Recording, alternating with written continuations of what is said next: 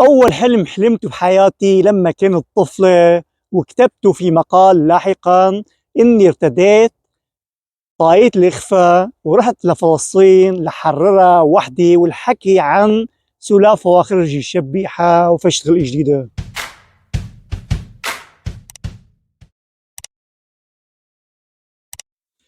السلام عليكم ورحمة الله وبركاته. سلافة وخرجي مجددا، والحكي صار له فترة. قال حلمت حلم من زمان وهي صغيرة، عندها طاقية الإخفاء وراحت على فلسطين مشان تحرر فلسطين لحالها. يا سلافة وخرجي، البسي طاقية الإخفاء وحرري حالك من عبوديتك من البهارزة، وحرري سوريا من البهارزة ومن الاحتلال الروسي، من الاحتلال الإيراني والميليشيات الشيعية وحزب الشيطان والأمريكان والتحالف الدولي والبكيكي كمان. حرري بلدك أول، بعدين حرري فلسطين. ما شاء الله هدول القومجيين والوطنجيين وأصحاب الشعارات الرنانة والكذابين بس بيرفعوا شعار فلسطين، تحرير فلسطين، وهن أبعد كل البعد عن تحرير فلسطين وعن فلسطين، وكلهم كذابين.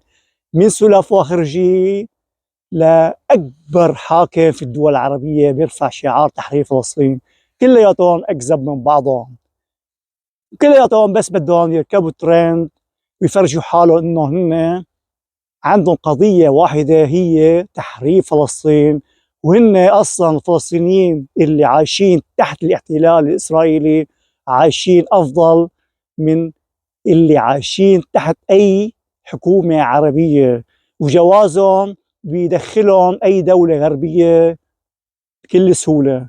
يعني معقولة الجيعان الميت من جوع واللي عم بيصف بالطوابير واللي عم يحكموا واحد بهرزي أو واحد دكتاتور ممكن يحرر واحد عايش ملك في دولة وجوازه يدخله أي دولة في العالم؟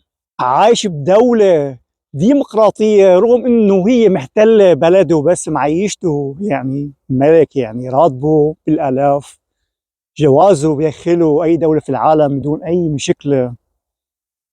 وحتى اللي هن تاعين السلطة ولا بغزة، لولا عملهم بإسرائيل أصلا ما كانوا عاشوا.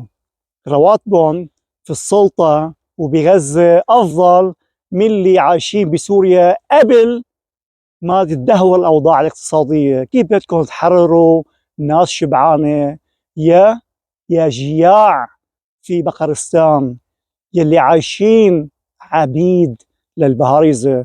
معقولة فلسطينيين في عالم حمير هنيك بهايم ما عارفين شو هي الطبخة، شو عم بيصير بهالدول هيدي؟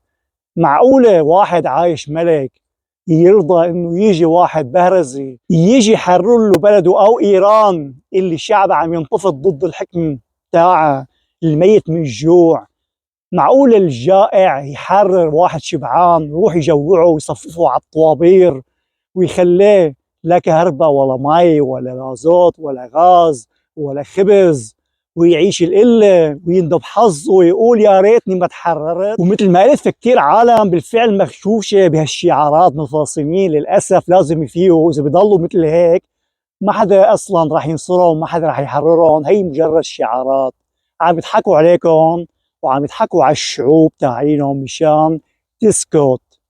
تحرير فلسطين أولوية مشان يسرقوا ويقولوا كل الأموال عم تروح مشان التجيش، وكله عم يروح لبنوك برا وانتم مجرد شماعة. وآخر كلمة سلاف وآخرجي، لما تحلمي مرة تانية وتكذبي كذبة حلوة، حرري أول شي بلدك وحرري حالك من العبودية، حرري أهلك من الذل والهوان، وحاولي تحلمي حلم على قدك، مازوت ولا غاز ولا كهرباء ولا مي ولا خبز ولا أكل وراتب كويس يعيشكم حياة كريمة، هذا أفضل كون.